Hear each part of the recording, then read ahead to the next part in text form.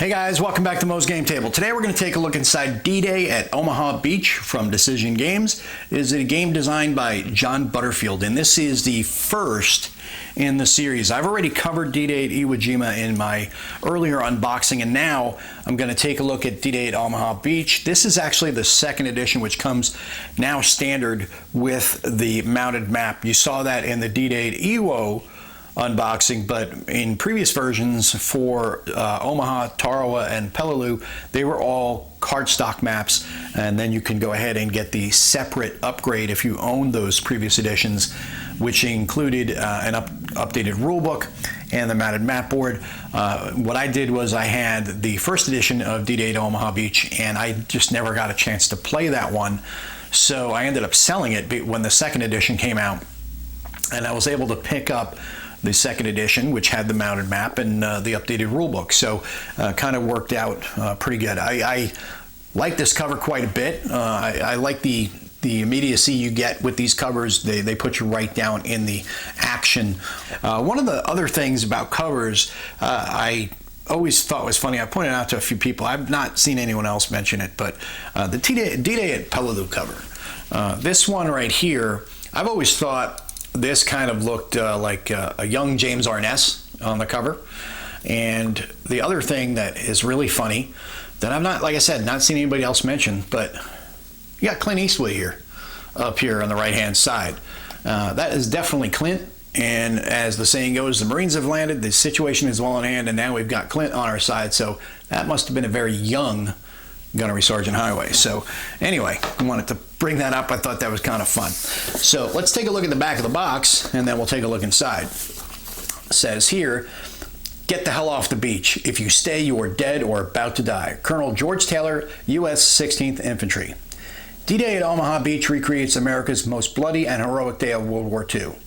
In this solitaire game from the designer of the solo classics RAF and Ambush, you control the forces of the U.S. 1st and 29th Divisions landing under fire on the Normandy shore and struggling desperately to establish a viable beachhead. The game is also great for two players playing cooperatively, each controlling one U.S. division.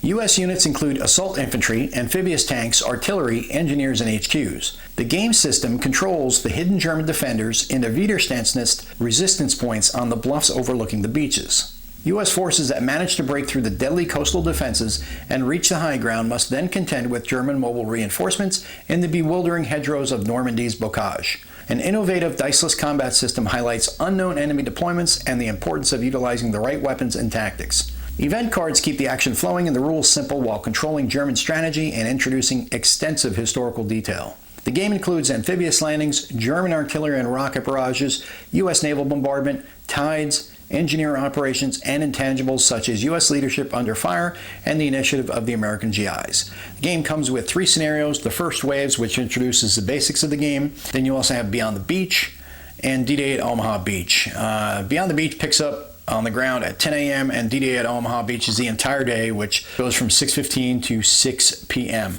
Example of the map, the cards and the counters is on the back.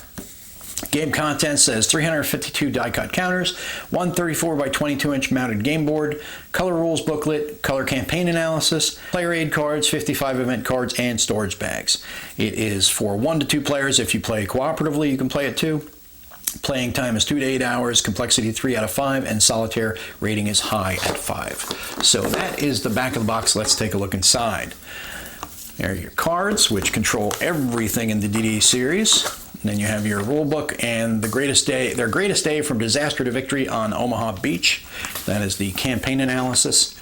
Then we have 3 player aid cards, 2 counter sheets, which we'll come back to, and our map. So what I'm going to do is I'm going to lay out this map and then we'll discuss all the other pieces, because anybody who's never seen any of the D-Day games is definitely going to need a couple minutes here to adjust to this map, because it's kind of an eyesore if you're not used to this series. And then once you get used to it and you realize how brilliant the system is, you really can see through the chaos of colors on top, and you can see the underlying terrain a lot better, and you can see you have a better scope of what's going on here. But let's go through these player aid cards first. We got 3 player aid cards. These are all cardstock. We have it says the basic game sequence of play turn 1 through 16 and summary of key priorities and procedures. Then you have the extended game sequence of play for turns 17 through 32, summaries of key priorities and procedures for that as well. Then we have our German fire chart, U.S. weapons chart, amphibious results table, then U.S. attack results chart and U.S. barrage table, and then the introductory scenario and SSR for that scenario on the bottom. Then we have our 2 counter sheets. We've got the 1st and the 29th divisions. We've got our armor, infantry, artillery, support units, some admin counters, hero counters up here as well. And then on the second sheet, we've got more administrative counters, garrison units, naval gunfire, and then we have our German units over here on the right-hand side. Pretty low counter density when you think about the size of the map and the scope of the operation here. This is fairly low counter density. So that's a look at the counters. And we have their greatest day from disaster to victory on Omaha Beach. This looks like it was an insert from World at War because it starts off on page 25 and it goes to page 40. So about 15, 16 page summary, and it's written by the game designer, John Butterfield. So interesting read through that gives you a lot more detail about Omaha and the Normandy landings, in a concise format. It's not going to be as detailed as a book, obviously, but this gives you a nice meaty bit to read about D-Day if you're not already familiar with it. If you are familiar with it, you may pick up some new bits of information, and it has a bibliography on the back as to where the sources that were used for gathering this information for that. And then we get into our rules booklet. And just like the other D-Day games, like when we talked about with D-Day at Iwo, this is a pretty rules-intensive game. So you're going to have to spend a good bit of time reading through and understanding these rules. The rules go to page 39 in this one, and on the back of the book you have your German action summary for you to follow. But the best way to play this game, we've talked about numerous times. If you've ever read any of the threads on BGG, everybody says to get the flip books, and this is what they mean by the flip book.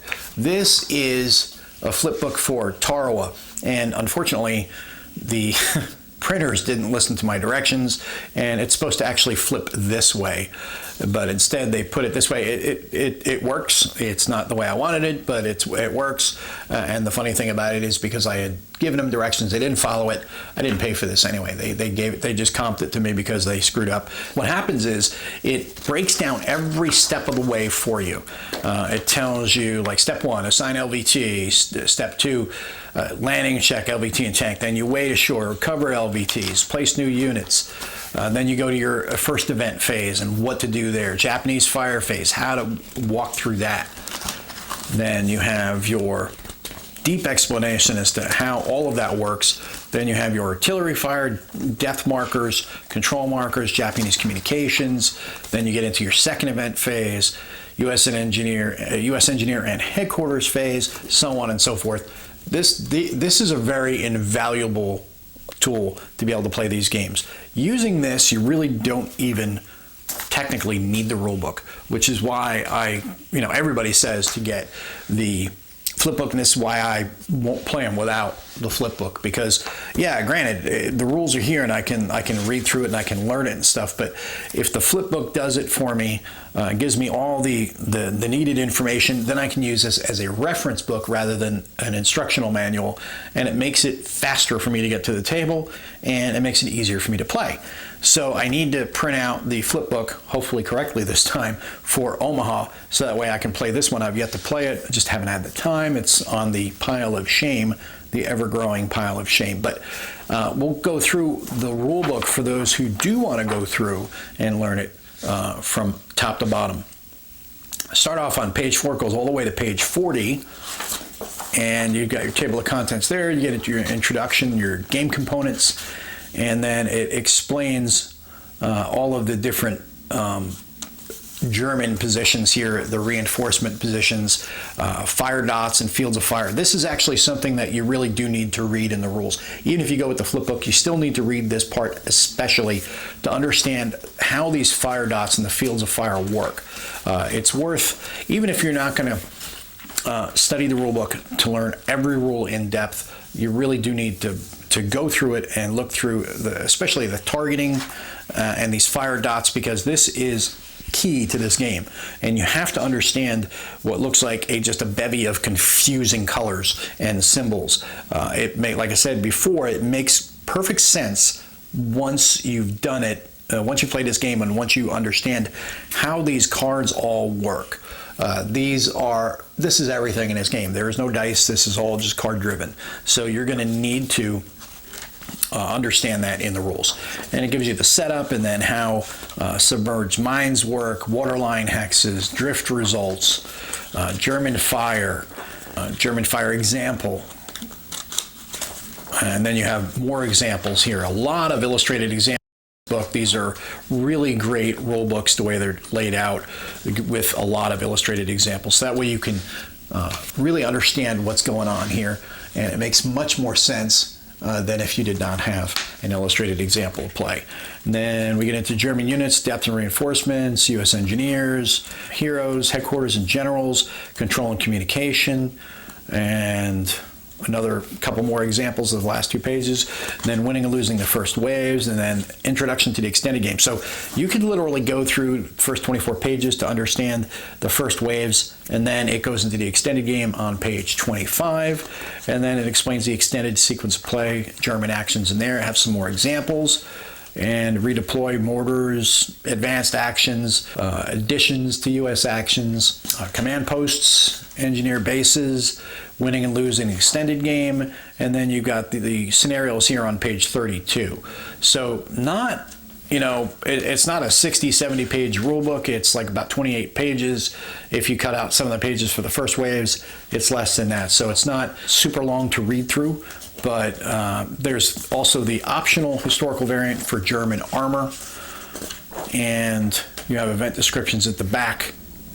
And then for the last page, you have your terrain effects chart, and this is the optional variant for German armor movement map. So this will explain to you how to use that German armor if you go with the optional variant, just for a what if, to see if German armor could have reached the beach faster. But going back to the map here, it really does give you, now that your eyes have kind of adjusted, maybe you can see things a little better. We'll start off at the top. It has all of the turns that you're going to have, 32 turns here. It starts off at 615. It goes all the way to 1800 at 32.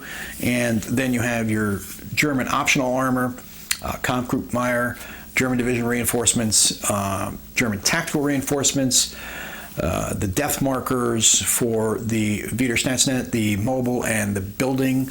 And then you have the basic game sequences laid out here for you, and east-west sector landing check cards, event card, phase, and then you have your German phase. So you can just go down in turn. These are all the phases that you're going to follow all the way across, and then you move on to the next turn.